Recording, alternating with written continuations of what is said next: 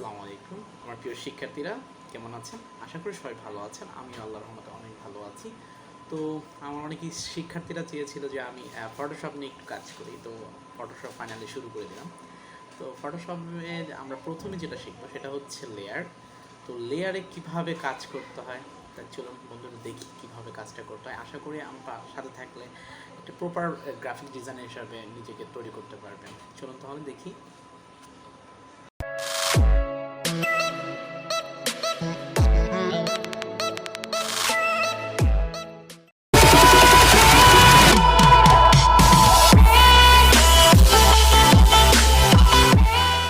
আমরা যে বিষয় নিয়ে কাজ করব তা হচ্ছে ফটোশপের প্রথম ক্লাস লেয়ার। তো লেয়ার কীভাবে করতে হয় সেটা আমরা দেখি। চলুন প্রথমে আমাদের ফাইলে যেতে হবে। ফাইলে যে এগুলোকে বলা হয় মেনু বার, আর এগুলো বলে টুল বার, আর এইটাকে বলা হয় কন্ট্রোল প্যানেল, আর এই জায়গাটাকে বলা হয় ক্যানভাস। আর এই ক্যানভাসের উপর আমরা আর্টবোর্ড নিব। তাহলে আর্টবোর্ড নিতে হলে আমাদের প্রথমে ফাইলে যেতে হয়। ফাইলে যেয়ে নিউতে করে আমাদের যে কাজগুলো করবো, ধরেন নেমে যে আমরা করবো লেয়ার, তারপর হচ্ছে প্রিসেটে যে আমরা আজকে ইন্টারন্যাশনাল পেপারে দেব, আর মোড থাকতে হবে সবসময় 8GB কালার, আর রেজলিউশনটা থাকবে 300, আর ব্যাকগ্রাউন্ড কন্টেন্টে আমরা যাবো হইতেছে ট্রান্সপারেন্ট, এটা ক্লিক করে আমরা ওকে দিব।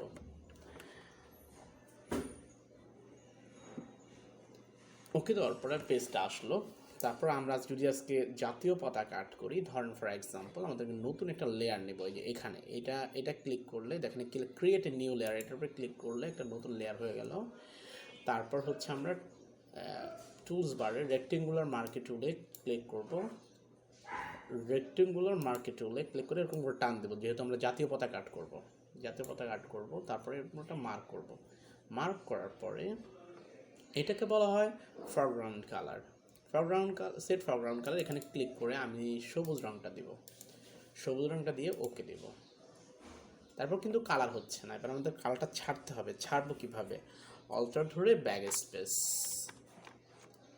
দেখেন কালার হয়ে গেছে। এবার হলো চারোদিকে দেখাতে পাচ্ছি একটা ম্যাজিকের মতো। এই ম্যাজিকটা কাটার জন্য আমাদের কন্ট্রোল ধরে ডি বাটন প্রেস করতে হবে। তারপরে আমরা আবার আরেকটি লেয়ার নেব। লেয়ারটা নিয়ে আমরা দিব একটা সার্কেল। এই যে এলিপ্টিক্যাল মার্কে টুলটা অল্টার এবং শিফট ধরে এভাবে টান দিব। তারপরে হচ্ছে আমরা এটাকে লাল রং করব, দিয়ে ওকে দিব।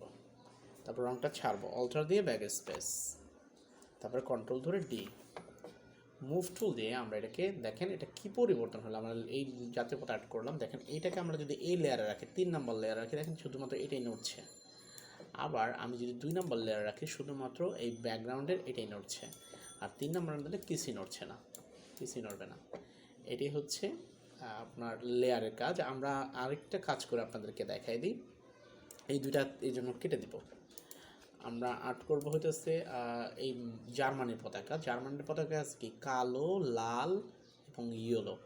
তাহলে আমরা আবার ফটোশপে যাব। ফটোশপে নতুন একটা লেয়ার নেব। নেওয়ার পরে আমি আবার রেক্টেঙ্গুলার টুল দিয়ে এরকম করে টান দিয়ে আমাদের প্রথম যেহেতু কালো রংটা দেব, তারপর ওকে দেব। অল্টার ধরে ব্যাক স্পেস, তারপর ম্যাজিকটা ওঠানোর জন্য কন্ট্রোল ধরে ডি। আবার নতুন একটা লেয়ার নেব।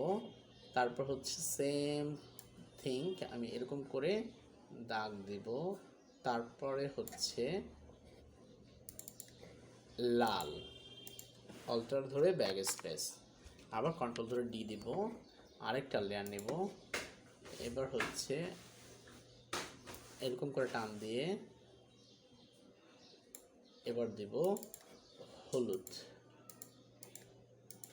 অল্টার ধরে ব্যাক স্পেস। এই তো হয়ে গেল। কিন্তু বন্ধুরা দেখেন, যদি আমাদের একটু জুম করে দেখি যে এই জায়গাটা কাজটা ঠিকমতো হচ্ছে না, মিশে নাই।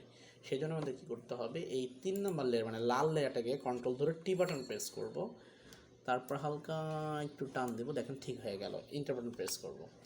আবার আমি যদি হলুদটা যাওয়ার পর আবার কন্ট্রোল ধরে টি দিব, তারপর এইভাবে টান দিব, তাহলে একবার মিলে গেল। তাহলে এইভাবেই লেয়ারের কাজটা করতে হয়। আপনাদেরকে অসংখ্য ধন্যবাদ বন্ধুরা আমাদের ক্লাসে শোনার জন্য। আপনাদের কোনো কমেন্টস থাকে আমাদেরকে করতে পারেন। ধন্যবাদ।